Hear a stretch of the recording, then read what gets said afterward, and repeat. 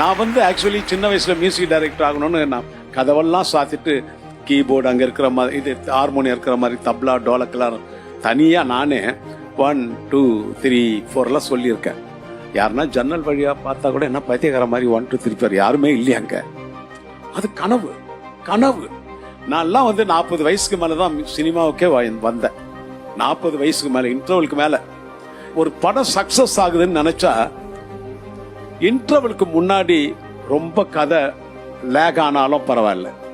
ஆனா சார், ஆனா இன்டர்வலுக்கு அப்புறம் தூக்குனா சார், என்ன மாதிரி படம், என்ன கிளைமேக்ஸ் இல்லையா? அது போலதான் வாழ்க்கையும். நமக்கு 40 வயசு மேல லேக் ஆனா கூட பரவாயில்ல. 40 வயசுக்கு மேல ஒரு நல்ல லைஃபை கொடு இறைவா, நல்ல லைஃபை கொடு. அதுதான் லைஃப், அதான் கிளைமேக்ஸ்.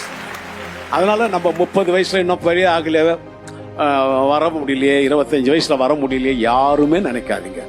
நமக்குன்னு ஒரு இடம், நம்ம கனவுக்குன்னு ஒரு இடம் இருக்கு, ஒரு பிளேஸ் இருக்கு, இப்படி ஒரு ஸ்டேஜ் இருக்கு.